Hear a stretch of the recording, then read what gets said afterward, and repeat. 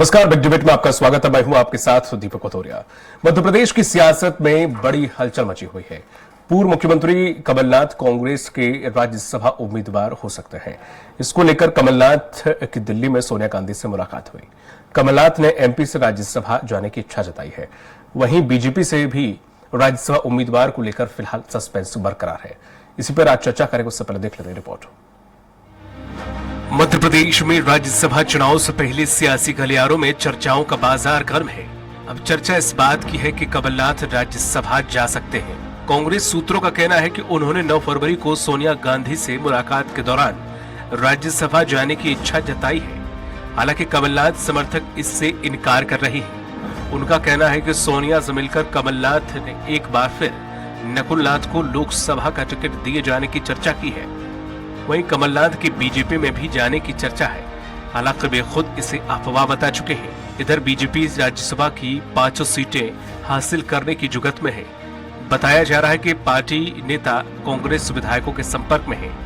वहीं एक्सपर्ट्स का कहना है कि कमलनाथ के राज्यसभा और बीजेपी में जाने की संभावना ज्यादा नहीं है, मगर इतना जरूर है कि यदि कोई दूसरा उम्मीदवार होगा तो उसे क्रॉस वोटिंग का खतरा रहेगा, क्योंकि 20 विधायक कमलनाथ के हैं। राज्यसभा की 5 सीटों पर 27 फरवरी को चुनाव होगा। नामांकन की आखिरी तारीख 15 फरवरी है। विधानसभा में विधायकों की संख्या के आधार पर भाजपा के खाते में 4 सीटें जाना तय है। 1 सीट कांग्रेस के खाते में जाएगी। अभी इस सीट से कांग्रेस के राजमणि पटेल सदस्य हैं। पटेल ओबीसी वर्ग से आते हैं। यदि एक बार फिर से कांग्रेस ओबीसी चेहरे पर दांव खेलती है तो प्रदेश अध्यक्ष जीतू पटवारी और पूर्व मंत्री अरुण यादव की दावेदारी मजबूत मानी जा रही है। मगर कमलनाथ ने 9 फरवरी को सोनिया गांधी से मुलाकात की है। इसके बाद से समीकरण बदले हैं। कमलनाथ राज्यसभा जाना चाहते हैं। इसे इस बात से भी समझा जा रहा है कि उन्होंने 13 फरवरी को विधायकों को डिनर पर बुलाया है। कहा जा रहा है कि नामांकन की अंतिम तारीख 15 फरवरी से 2 दिन पहले डिनर आयोजित करने की असली मकसद विधायकों का मन टटोलना है। बहरहाल राज्यसभा को लेकर रार है और कई तरह के समीकरण फिलहाल देखने को मिल रहे हैं। ऐसे में देखने वाली बात यह होगी कि आने वाले चुनाव में राज्यसभा का टिकट किसे मिलता है। Bureau report, Swaraj express. और इसी मुद्दे पर चर्चा करने के लिए खास पैनलिस्ट हमारे साथ मौजूद हैं। डॉक्टर ध्रुकेश केशवानी, बीजेपी प्रवक्ता, सर आपका बहुत बहुत स्वागत है। अमित शर्मा, कांग्रेस प्रवक्ता, अमित जी आपका भी बहुत बहुत स्वागत है। और विनोद तिवारी जी, वरिष्ठ पत्रकार, सर आपका भी बहुत बहुत स्वागत है। अमित जी, जिस तरह से जो हवा चल रही है राजनीतिक गलियारों में, जो खबरें आ रही हैं कि राज्यसभा जाने की इच्छा जताई है कमलनाथ जी ने, या फिर अब सोनिया जी का भी नाम अभी हाल ही में अपडेट आया है कि सोनिया गांधी जी से यहाँ की कांग्रेस पार्टी ने डिमांड किया, पत्र भेजा है कि आप यहाँ से अगर जाती हैं राज्यसभा तो सौभाग्य की बात होगी मध्य प्रदेश के लिए। बाकी बीजेपी में जाने के या शामिल होने की हालांकि वो खंडन कर चुके हैं, फिर भी ये इस तरह की बातें सामने निकल कर क्यों आ रही हैं? देखिए, भारतीय जनता पार्टी के 2 मकसद हैं और ये मकसद आज से नहीं, ये मकसद है अंग्रेजों के जमाने से। फूट डालो, भ्रमित करो और शासन करो। और जब नया दौर आया तो इनका तीसरी एक लाइन और जुड़ गई, फूट डालो, भ्रमित करो, शासन करो और झूठ तेज तेज बोलो। इस आज कमलनाथ जी कई बार सामने आ चुके, मध्य प्रदेश में मीडिया में सामने, भोपाल में हो चुके, छिंदवाड़ा में जब थे पूरी मीडिया ने सवाल पूछा कि इस तरह की कोई अफवाह चल रही है, उन्होंने कहा कि मेरी विचारधारा कांग्रेस की है और ये सब अफवाह है, ये सब मीडिया का फैलाया हुआ, बीजेपी के फैलाया हुआ परपंच है। तो इस पर बार बार मैं समझता हूं कि कोई जवाब देना कि सुमित्रा महाजन एक मीडिया पूछती है कि कांग्रेस वहां पर आमंत्रित करते हैं, कैलाश विजयवर्गीय कह रहे हैं कि कांग्रेस कमलनाथ के दरवाजे भारतीय जनता पार्टी के बंद है। अरे कैलाश विजयवर्गीय की सुन कौन रहा है भाई? कैलाश, जब उत्तर प्रदेश में बीजेपी, बिहार के अंदर बीजेपी के वरिष्ठ नेताओं की किसी की नहीं सुनी, अमित शाह की नहीं सुनी, वो खुद कह रहे थे कि नीतीश के दरवाजे बंद हैं, लेकिन आज नीतीश कौन से दरवाजे से भारतीय जनता पार्टी के गठबंधन में चले गए? तो ये सब भ्रामक प्रचार है। कांग्रेस अपनी तैयारी में। और दूसरा सवाल कि सोनिया गांधी, मुझे तो अभी तक इस तरह का कोई सुनाई दिया नहीं है, लेकिन अगर मध्य प्रदेश से हमारी नेता आदरणीय सोनिया गांधी आती है तो निसंदेह इसमें कोई दो मत नहीं है कि एक कार्यकर्ता के लिए, ना कि पूरे मध्य प्रदेश के कार्यकर्ताओं के लिए, नेताओं के लिए इससे बेहतर और खुशी की कोई बात नहीं होगी। लेकिन यह निर्णय मेरे टीका टिप्पणी करने से बहुत ऊपर है। जीतू पटवारी जी ने भी ये कहा। हाँ, जो अगर संगठन या शीर्ष नेतृत्व जो निर्णय लेगा वो शिरोधार्य होगा, और निश्चित तौर पे कितने भी फूट डालने की कोशिश, कितने भी भ्रामक प्रचार करने की कोशिश कर रही है, 39 सीटों में एक राज्यसभा जो कांग्रेस का नियम अनुसार होना है वो होगा और होके रहेगा। ठीक है दुर्गेश जी, जिस तरह से कहा जा रहा है कि बीजेपी में शामिल हो सकते हैं, इस प्रकार की आर्टिकल या खबरें चलाई जा रही जिसके भी द्वारा चलाई जा रही हो, तो क्या बीजेपी में जगह है या कोई पद खाली है ऐसा जो कि कमलनाथ जी के लिए लायक हो? देखिए दीपक जी, ये तो उनके मन की बात है कमलनाथ जी की कि वो कहाँ आना चाहते हैं, कहाँ जाना चाहते हैं। अगर जिस भी नेता को राष्ट्र से प्रेम हो, राष्ट्रभक्त हो, वो निश्चित रूप से भारतीय जनता पार्टी का दामन थामता है। जिसको जो विकास पसंद नेता होगा, आदमी होगा, तो वो निश्चित रूप से भाजपा का दामन थामता है। और पूर्व में भी आप देखेंगे कि किस तरह से इस डूबते हुए कांग्रेस के जहाज को लोग छोड़कर भाजपा का दामन थाम रहे हैं। रही बात हमारे कांग्रेस के प्रवक्ता साथी अंग्रेजों की बात कर रहे थे, जिनके खुद के राष्ट्रीय अध्यक्ष अंग्रेज रहे हो, तो वो अंग्रेजों की ही बात करेंगे, वो कहीं की बात नहीं करेंगे। अब ये विचारधारा की भी बात कर रहे हैं कि कांग्रेस की कोई विचारधारा है। कांग्रेस सत्ता लोलुप पार्टी है, उसको कोई विचारधारा नहीं है। जब सत्ता में होती है, सत्ता किसी भी तरह से सत्ता हत्याना इनका काम है, और ये सत्ता हत्या कर ही काम करना चाहते हैं। बाकी कहीं कोई संगठन, कोई विचार इनके अंदर नहीं है। इनके प्रकरण इनको अगर चाहिए तो सत्ता चाहिए, सत्ता पे काबिज होने के लिए। रही बात राज्यसभा चुनाव की निश्चित रूप से जो हमारा संगठन है, हमारा प्रदेश का नेतृत्व है, शीर्ष नेतृत्व है, सामूहिकता के साथ बैठते हैं, विचार विमर्श करते हैं, और जो नाम निकल कर आएगा वो सबके सामने आएगा। अच्छा दुर्गेश जी, कोई ऐसा ये ठीक है, नाम निकल कर आएंगे, नाम 4 होंगे या 5? देखिए, हम जो क्लियर कट जो जीतेंगे उससे नाम होंगे। और मुझे लगता है कि जिस तरह से इनके इसमें टूट लगी पड़ी है कांग्रेस में, अभी इनके कानों पे बात सुनाई नहीं दे रही है अमित शर्मा जी के। उमंग श्रृंगार जी ने मांग की सोनिया गांधी जी के लिए, उधर कमलनाथ जी अपनी चर्चा कर रहे हैं उधर की मेरे को मिलना चाहिए। तो कहीं ना कहीं ऊपो की स्थिति है कांग्रेस में, और कहीं इनके नेता एक दूसरे से साथ बात नहीं करना, आपसी समन्वय नहीं होना, ये सब कांग्रेस के नेताओं में। और आप देखेंगे कि जैसे इनके कानों पे बात नहीं आई है, उमंग श्रृंगार जी बोल चुके हैं, उधर से जीतू पटवारी जी क्या सोच रहे हैं, दिग्विजय सिंह जी क्या सोच रहे हैं। ये अलग अलग धड़ों में, गुटों में, टुकड़ों में और कबीलों में बटे हुए लोग हैं। इनकी कोई एक राय नहीं होगी, कोई एक चीज नहीं होगी। और जिस तरह से हमने देखा कि जनता के बीच ये अपना विश्वास खो चुके हैं, इनके सत्ता लोलुपता के कारण, सिर्फ सत्ता चाहिए इसके कारण जनता इनको नाकार चुकी है। और अब मुझे लगता है कि ये बहुत ज्यादा इनके पास करने और उसको बचा नहीं है, इसलिए इस तरह की ये बातें और मीडिया में सुर्खियों बने रहे, इस तरह की बातें करते हैं।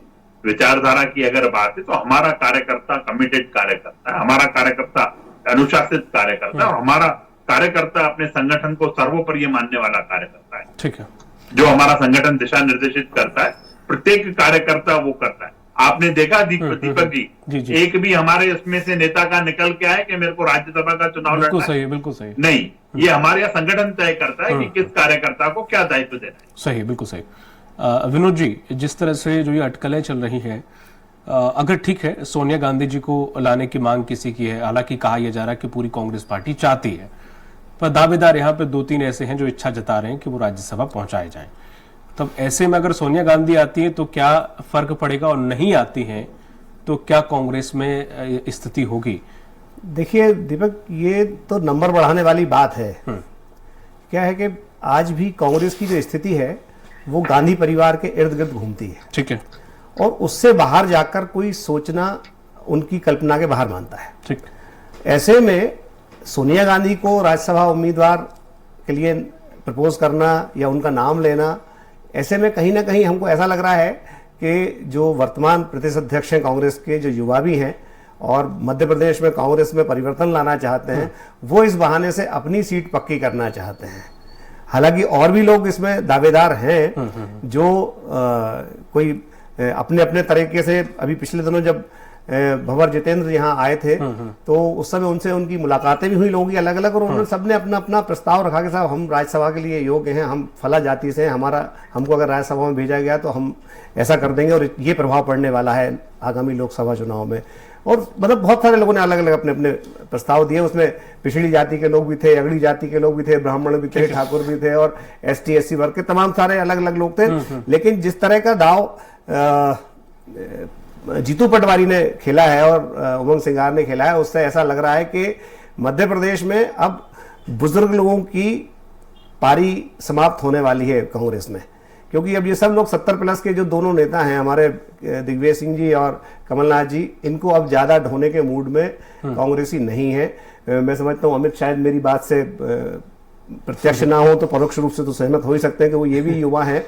और ये जो राज्यसभा का चुनाव है, इसके बाद लोकसभा का जो चुनाव आने वाला है, इसमें युवाओं की ज्यादा से ज्यादा भागीदारी कैसे हो, इस बात को ध्यान में रखते हुए ही जीतू पटवारी सोनिया गांधी का नाम ले रहे हैं, ताकि सोनिया गांधी उनसे प्रभावित हो जाएं और सोनिया गांधी कहें नहीं मैं तो अब बुजुर्ग हो गई हूं या मैं फिजिकली फिट नहीं हूं, इसलिए जीतू पटवारी को राज्यसभा का टिकट दे दिया जाए, उम्मीदवार बना दिया जाए और वो कंफर्टेबली जीत के राज्यसभा में पहुंच जाएंगे और आगे की स्थितियां ठीक रहेंगी। राज्यसभा में पहुंचने के बाद उनका ओहदा भी बढ़ जाएगा और प्रदेश अध्यक्ष के रूप में वो अपना काम भी कर पाएंगे और अपनी टीम बना पाएंगे। क्योंकि अभी स्थिति ये हो रही है कांग्रेस की, जैसे दुर्गेश भी बता रहे थे कि बिखराव है और कहीं संगठन नहीं है।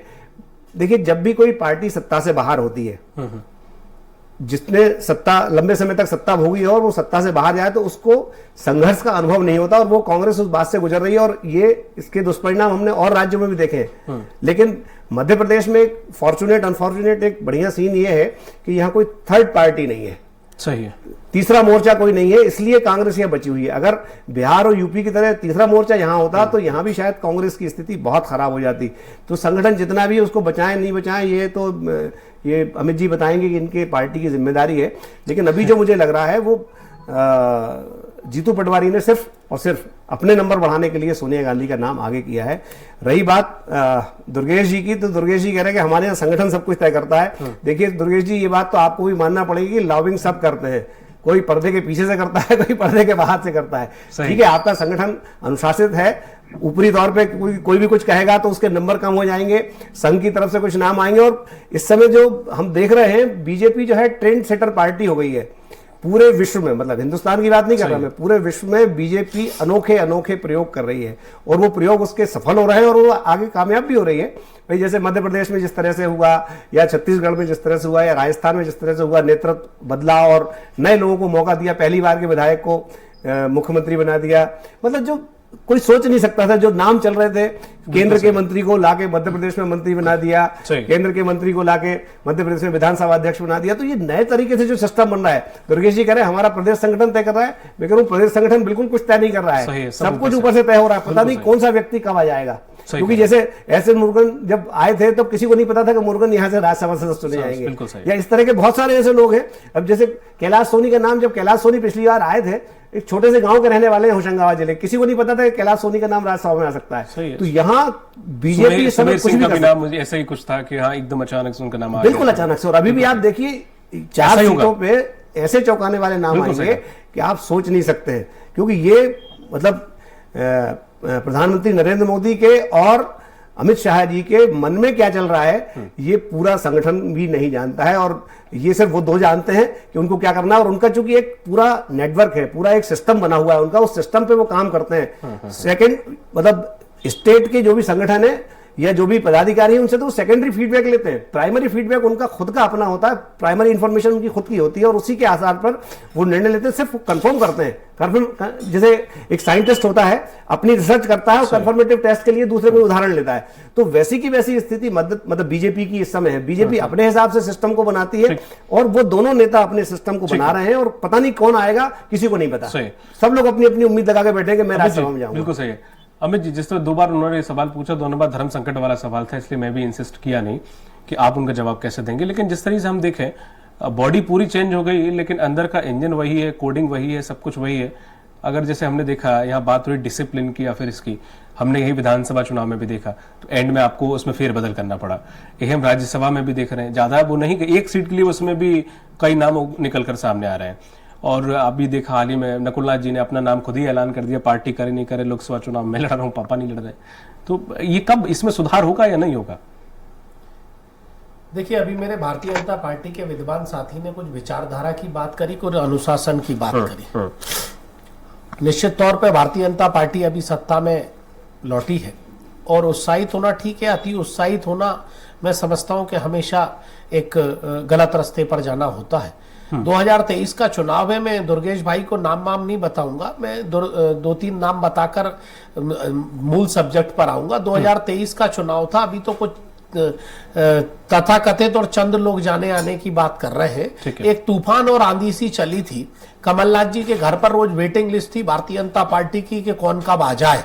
तो उसमें भी कई विधायक जो है रघुवंशी जी छोड़ के भी आए थे, चाहे होशंगाबाद से हो, चाहे बीडी शर्मा जी के क्षेत्र खजुराहो से हो, और चाहे शिवराज सिंह चौहान जी के तत्कालीन मुख्यमंत्री जी के गृह जिले से हो। तमाम ऐसी फेवरेट लिस्ट थी जो लोग दरवाजे पे खड़े थे और कई ऐसे नाम है जो कांग्रेस में शामिल भी हो गए। तो विचारधारा का तो पाठ कर ना पढ़ाएं। अब दूसरी बात राज्यसभा की कि हमारे यहाँ एक कमेटी होती है, हम तय करते, ठीक है, सबके यहाँ एक कमेटी होती, तय करते। नरोत्तम मिश्रा जी हारने के बाद कितनी उछल कूद कर रहे हैं, क्या कर रहे हैं, ये दिखाई दे रहा है। और क्या आपके यहाँ हाव पो हो रहा है? शिवराज सिंह चौहान कभी मेरे चरण जो है कमल के समान मानते थे, आज गधे के सर से सींग चले गए, इस तरह के वक्तव्य को दे रहे हैं। मैं समझता हूं कि आपको भी एक बार अपनी गिरबान में देखना चाहिए। तीसरी बात, आपका प्रश्न क्या सोनिया गांधी आ रही है? मैंने कहा ना कि किसी भी पार्टी के लिए अगर उनके शीर्ष नेतृत्व, उनके नेता, अगर कहीं कोई नाम ऐसा कोई भी वरिष्ठ जन, हालांकि मैंने कहा ना कि अभी मैंने नहीं सुना ऑफिशियल तौर पर कोई अनाउंसमेंट नहीं है, लेकिन कहीं कोई वरिष्ठ नेता का या हमारे नेताओं का नाम चलता है तो निश्चित तौर पर कार्यकर्ताओं में ऊर्जा आती है और कार्यकर्ताओं में कहीं ना कहीं एक भय होता है और काम करने की लगनशीलता होती है, क्योंकि वो नेता को प्रेम करते हैं। चौथी बात, आपने प्रश्न पूछा कि नकुलनाथ जी ने कह दिया कि मैं स्वयं चुनाव लड़ूंगा। देखिए, वर्तमान में नकुलनाथ जी उस छिंदवाड़ा लोकसभा से सांसद है, कमलनाथ जी उनके पिता हैं। तो जब मीडिया ने सवाल पूछा कि क्या कमलनाथ जी चुनाव लड़ेंगे, तो नकुलनाथ जी ने कहा कि नहीं, पिता का इच्छा नहीं है, इस लोकसभा से मैं चुनाव लड़ूंगा। कमलनाथ जी का बयान आप देखिएगा, कमलनाथ जी ने कहा कि आने वाले चुनाव में मैं चुनाव नहीं लड़ूंगा, नकुल चुनाव लड़ेंगे, लेकिन और जो पार्टी निर्देशित करेगी उसका इंतजार है, उसके हिसाब से काम होगा। तो निश्चित तौर पे एक पार्टी है, एक संगठन है और इस पे विचार विमर्श होता है। अब भारतीय जनता पार्टी की मूल बात वो चिंता कर रहा है कि 5 पे लड़ाएंगे। मैं आपके चैनल के माध्यम से कहता हूं कि आपने उत्तर प्रदेश से लेकर सब जगह डिक्लेयर कर दिया, आप मध्य प्रदेश के 5 लड़ाना चाहते हो तो 5 डिक्लेयर करिए, लेकिन ये इंतजार कर रहे हैं जो इनकी विचारधारा है तोड़ो फोड़ो, वो तोड़ फोड़ का जो इंतजार चल रहा है इनका, ये उसमें भ्रमित है। इनकी विचारधारा कोई सिंचित नहीं है। अगर इनकी विचारधारा क्लियर होती तो 5 सीट डिक्लेयर कर देते, जिसमें से 4 जीत रहे हैं और 1 हार रहे हैं, लेकिन ये करेंगे नहीं। डर है क्या सर? दुर्गेश जी, एक बात मुझे और बता दीजिए आप कि आपने पिछले दिनों जबलपुर से 2 बड़े बड़े दिग्गज कांग्रेस के तोड़ लाए, एक महापौर वहां से ले आए और एक शशांक शेखर को ले आए जो विधि विभाग देखते थे कांग्रेस का। बड़े मजबूत व्यक्ति थे और उनके जो आका हैं वो आपके विवेक तनखा जी हैं। और कहीं ऐसा तो नहीं कि ये लिस्ट इसलिए देर हो रही है, कुछ और लोगों को, बड़े लोगों को लाके और राज्यसभा में भेज दिया जाए एक आध दो? नहीं, विवेक तनखा जी तो मानी तिवारी जी वैसे ही राज्यसभा से है, लेकिन भाई पार्टी बदल के फिर आए 6 साल के लिए। जैसे दुर्गेश केजवानी जी उत्तर प्रदेश में, आप सूची देखिए, कांग्रेस से गए, आरपीएन सिंह साहब का नाम है, तो ऐसे ये नाम ढूंढने की कोशिश कर रहे हैं, लेकिन इस बार इनके मंसूबे क्लियर नहीं होंगे। कांग्रेस की पार्टी का ही नुमाइंदा जीत के राज्यसभा में जाएगा और निश्चित तौर पर जो शीर्ष नेतृत्व नाम देगा उसी पर सार्वजनिक सामूहिक तौर पर मोहर लगेगी। और 163 है, 27 की जरूरत है। नहीं अमित, एक जो बात है, बात यह है कि कांग्रेस का तो 1 आ जाएगा, लेकिन जो बीजेपी के 4 आएंगे उनमें कांग्रेस के कितने रहेंगे, ये सवाल है। सब ये दुर्गेश जी बताएंगे इस बात में। मैंने कहा था दुर्गेश जी, मैंने तिवारी जी कहा कि दुर्गेश जी इसलिए अनाउंस नहीं कर रहे, अगर वो विचारधारा सही होती, संगठन की एकजुटता होती, तो बीजेपी जैसे सारे राज्यों में कर दिया, ऐसी 5 सीट का अनाउंस कर देते, अगर 5 पे लड़ाना है या 4 पे लड़ाना है। लेकिन दुर्गेश जी की जो मूल विचारधारा है उस पर दुर्गेश जी की पार्टी काम कर रही है कि तोड़ो फोड़ो और तोड़ फोड़ के लाके उसमें काम करो। असम का मुख्यमंत्री कौन है, कर्नाटक में कौन हुआ, गोवा में क्या हुआ, मध्य प्रदेश में सिंधिया जी का क्या हुआ। इसलिए ये भारतीय जनता पार्टी आधी खाली होने वाली है। ठीक है दुर्गेश जी, आपकी मुस्कान बहुत कुछ कह रही है कि जिस तरह से हमारे जो कांग्रेस के प्रवक्ता साथी हैं, जिस तरह से उत्साहित दिख रहे हैं, टुकड़ों की बात कर रहे हैं, और भी इन्होंने बहुत सारी इधर उधर की बात, नरोत्तम जी के लिए इन्होंने बुरा उछल कूद कर रहे हैं। मुझे लगता है कि अमित शर्मा एक बड़ा नाम है कांग्रेस का, जो अपनी मर्यादाओं के बीच रहकर बात करना रखता है। पर as the company so the colour, हो सकता है राहुल गांधी की पार्टी के नेता हैं ये, तो इस तरह से शब्दावली का इस्तेमाल कर रहे हैं। मुझे लगता है कि वरिष्ठ नेताओं को सम्मान अगर देंगे तो आपको भी उतना ही सम्मान मिलेगा। सोनिया गांधी को बीजेपी ने डायन कहा था।